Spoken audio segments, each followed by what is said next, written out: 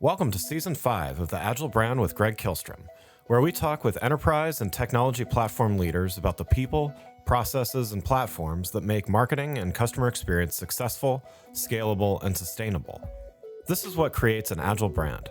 I'm your host, Greg Kihlstrom, advisor and consultant for Fortune 1000 marketing and CX leaders and teams as principal and chief strategist at GK5A, and best-selling author, keynote speaker, entrepreneur, and Agile certified coach.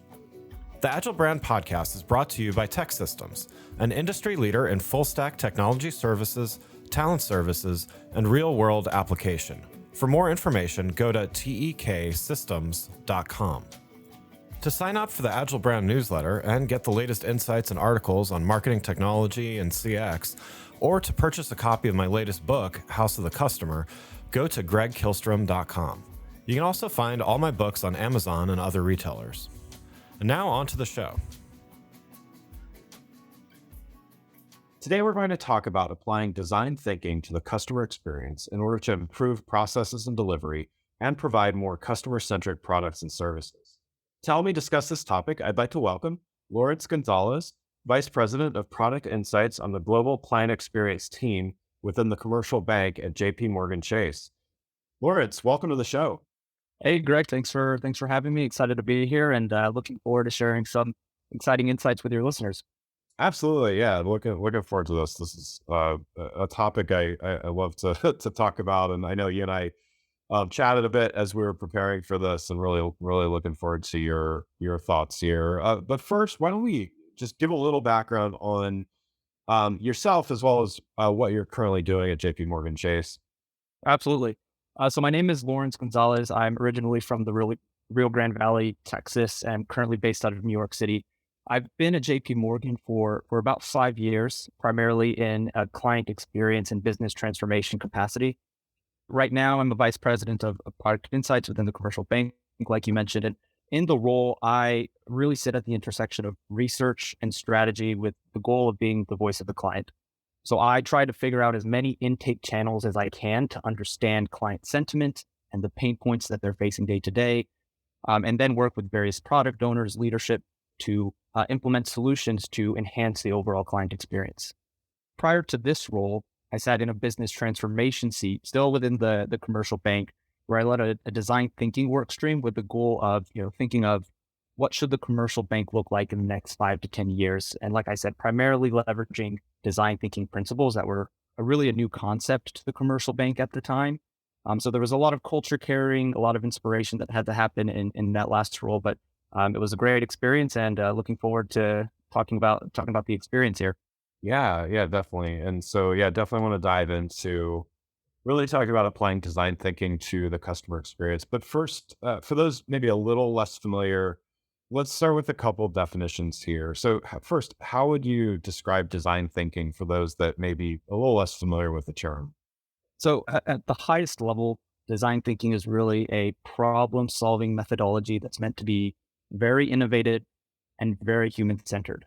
So you bring together all your key parties, the business, the users, or the people that would go through a specific process, and your technology team, and you try to inspire them all to use really a blue sky approach to solving a problem where there are no limitations. No one's thinking about cost, the current state, what would be needed to build out a tool or a product. And this group zooms in on a very specific process and a very specific persona, and looks at a very specific pain point for that persona, and try to use different ideation methodologies to come up, really with that aha moment to solve that problem. And there are a lot of tactical ideation practices within design thinking, but the overall principle is really that the process should be hands-on and collaborative. So you can picture a bunch of people in a room or in the post-COVID world in a Zoom conference room, and everyone's collaborating, writing on sticky notes, whiteboarding, sketching, folding pieces of paper, and it's all really meant to get the creative juices flowing and get to that aha moment to solve that problem that I talked about. Great. Yeah. Thanks for that definition. So to apply a design thinking mindset and process to customer experience, what does that entail? So I'll talk about that in the context of mindset and process, like you mentioned. And within a mindset perspective, it's really getting buy-in within your organization and making sure that people are okay with the culture. Because like I said, there is a lot of hands-on collaboration that needs to occur. And when you get a group of very senior executives in the room and say, guys, we're going to draw pictures and fold pieces of paper to try and inspire creativity, it might not be received so well. So you really need to make sure that you educate and inspire the organization. And when I say educate, you want to explain to people what is design thinking, what are the inputs, what are the outputs, and what's the value proposition of it. And to show them that value proposition, you can do things like show them white papers, talk about references to large tech companies, fintechs, places where design thinking, you might be a little bit more familiar with these companies implementing those principles, and really helps with buy-in. From an inspiration perspective, you have to think that you are really being a trailblazer in the organization, and so you will get a lot of "that's not possible, we've never done it that way." So it's really your role to help people stay inspired to get to that aha moment and to stay in that right mindset. And I think one way to keep people inspired is to constantly celebrate the wins throughout the entire design thinking process. And it could be something as simple as, guys, at the beginning of the day, we had 0 ideas. Now we have 300, and really just, keeping people motivated. And from a process perspective, I think, people are in the right mindset. Now, what do you actually tell them, show them? You need to make sure that you have a clear vision for your organization. What's the transformation or the client experience vision that we're trying to accomplish? Keep people focused and stay agile. So from a vision perspective, there are a couple of different design thinking artifacts that are really key to setting this vision. So there are really 2 main ones that I want to touch on. The first is a user persona. So this is, who are we actually designing for? Who's the client experience that we're thinking of? And it's really just a summary of your typical client or typical user. How are they feeling? What are their objectives? How do they accomplish those objectives? And then the second artifact sort of dovetails off that persona is a journey map. And both, what is the current state and what is the target state that we're looking for?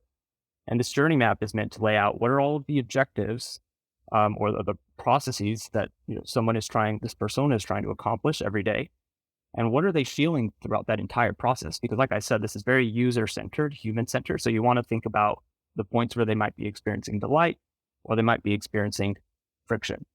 And when you have that journey map laid out, it really enables you to look at a very specific part of the process, focus in, and then get those couple of groups that I talked about, the business, the users, the technology team, to ideate and use all of their creative juices on a very specific pain point within that process. And then also, when you're very focused, it keeps you from boiling the ocean, which really helps with that whole staying agile piece of design thinking, because you will face a lot of roadblocks. And if you are trying to transform, build a massive product or solve 10 pain points at one time, it might slow you down in the transformation process. So just really staying focused and making sure you don't boil the ocean.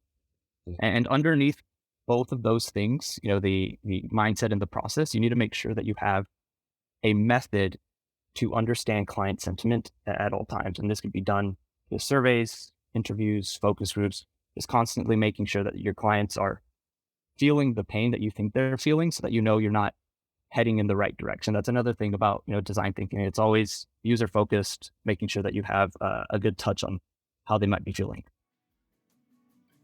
Before we continue, I'd like to introduce you to a sponsor of the show, Basecamp.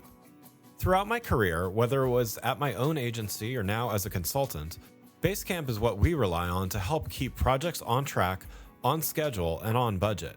It takes a straightforward approach to project management.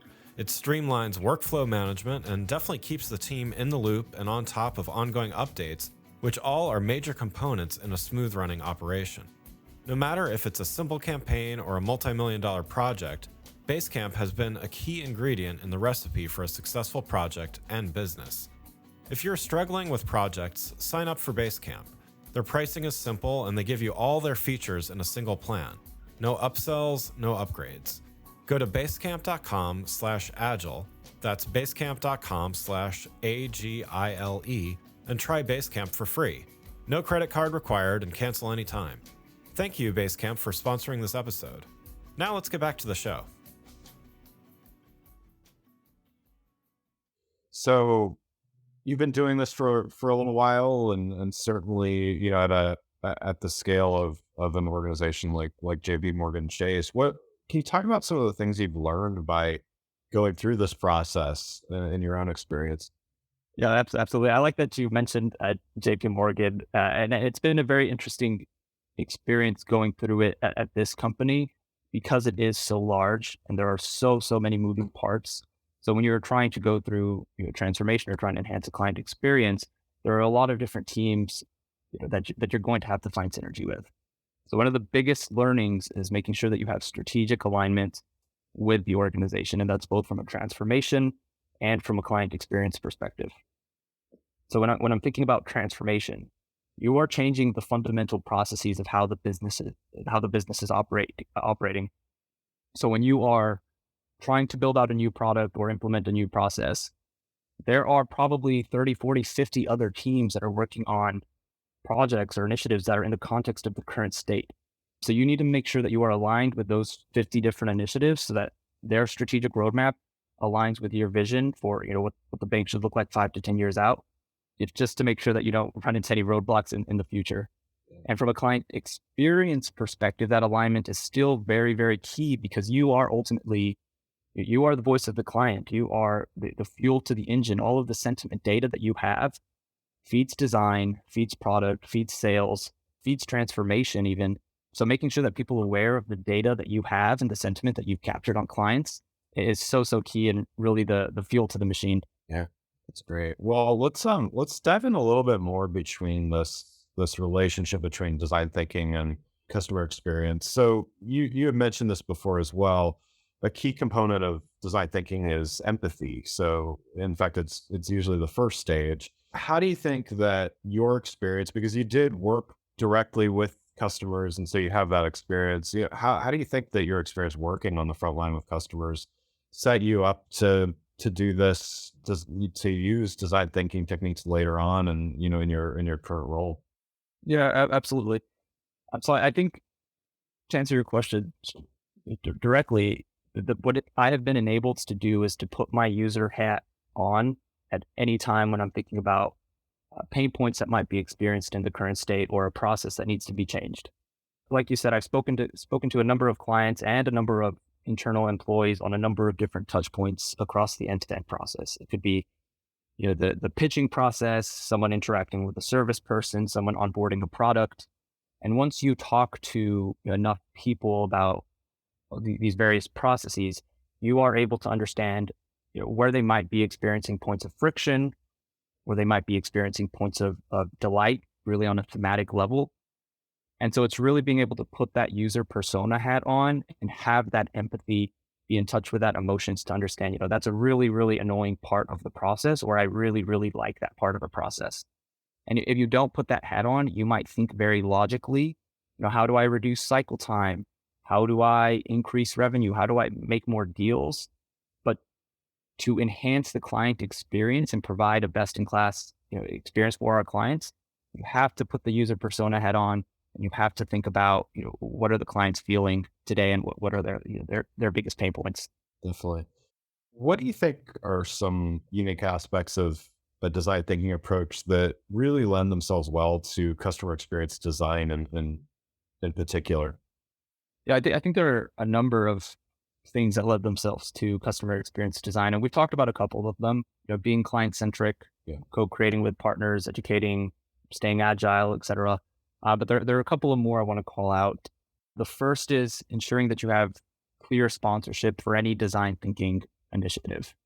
Like I said earlier, if you get a bunch of senior people, from lower level all the way up to senior people into a room, and you start talking to them about, ideating, just, trying to come up with the next aha moment, the big idea, you might not be received well. So making sure that you have clear sponsorship on the initiative really helps with driving traction and with overall buy-in of the initiative. The second thing is making sure that you're able to measure success. So at the very beginning of any initiative, like I said, you want to get very focused on a very specific part of a user's experience, on a very specific pain point. And then when you're solving for it, you want to say, what does the current state look like? How do we know that this is not going well? What are the key performance indicators that say we're not doing a good job. And then as you go through your transformation or your design thinking initiative, you can track against those same indicators to make sure that you're moving in the right direction. Or if things go off course, you can tweak them as needed. And the last thing is making sure that you are able to communicate with the organization. We've already talked about, making sure partners are aware of the data that you have, making sure that you can get synergy with the organizations, but you want to make sure that you have multiple channels of communication out to the organization to get to the wider audience, especially at a very large company like JPMorgan, just because the people that you think are on the distribution might not be on that distribution. So how about, we've been talking pretty positively about design thinking. I certainly have seen many, many benefits of it as well in my own career. Any warnings or cautions for teams that, they may be inspired by this podcast, but, just things to look out for as they get started in their own organization? So I think the biggest thing is understanding that you cannot be afraid to be wrong when you are going through a design thinking process. Like I said, you might try to solve a problem. You might come up with 300 and 299 of them might not be, the right answer, but it's just that one. And being comfortable with, I'm going to go down this track because this is what, I think my users want. And then you can always, like I said, once you have those key performance indicators, stay agile, pivot your approach as needed. But to get that big aha moment, you have to be okay with the risk and comfortable with working in uncharted territories. Yeah. That's great. How would you advise a team to measure their success in efforts as they apply? I mean, obviously there's the end result of the initiative, but how do you measure success as you're applying design thinking to CX? Yep. So I think having any sort of key performance indicators that are specific to the problem that you're trying to solve are key. So you want to figure what those key performance indicators are, consult your stakeholders across those three groups that I mentioned, and make sure that they actually agree that this is what success looks like to us. And then you track those success metrics early and you track them often. But two specific metrics that I would call out, just in the context of client experience, are sort of industry sort of standards or client satisfaction or CSAT and net promoter score or NPS, just because that really is, how are your clients feeling about X product, X process? It's really keeping your pulse on their sentiment. And so client satisfaction is really meant to measure their satisfaction against a product or a service, while net promoter score measures their willingness to recommend that product or service to a friend or a colleague. And those are pretty standard across the industry. So in addition to those specific metrics, I would also recommend narrowing in on those two.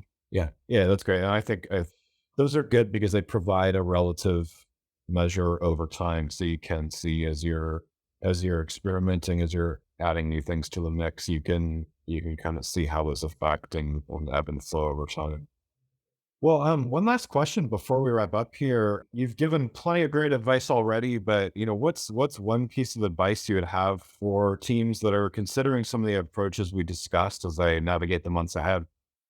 And so I think the advice that I would give is know that design thinking will work a little bit differently in any organization. In my transformation role or in my client experience role, I've worked with a number of consultants, designers, and researchers that have come from a number of top companies across their respective fields. And that is the feedback that I have heard, that the principles of design thinking that we've talked about here today sort of remain consistent. You want to inspire, or you want to stay agile, but the actual way that you implement them is slightly different. So, just again, being comfortable in the uncomfortable, knowing that you're in uncharted territory is okay, but just, be comfortable and stay agile, stay nimble, and push that transformation through to ultimately enhance the client experience. Wonderful. Yeah, no, great advice. Well, again, I'd like to thank Laurence Gonzalez, Vice President of the Product Insights on the Global Client Experience team within the commercial bank at JPMorgan Chase. You can learn more about Laurence and JPMorgan Chase by following the links in the show notes. Talk with you next week. Thanks again for listening to the Agile Brand with Greg Kihlstrom podcast, brought to you by Tech Systems. If you enjoyed the show, please take a minute to subscribe on your podcast channel of choice and leave us a rating so that others can find the show more easily. You can access more episodes of the show at www.gregkilstrom.com. That's GregKilstrom.com. To get a copy of my latest book, House of the Customer, visit my website, or you can find it on Amazon or other retailers. The Agile brand is produced by Missing Link, a Latina-owned, strategy-driven, creatively fueled production co-op. From ideation to creation, they craft human connections through intelligent, engaging, and informative content. Until next time, stay agile.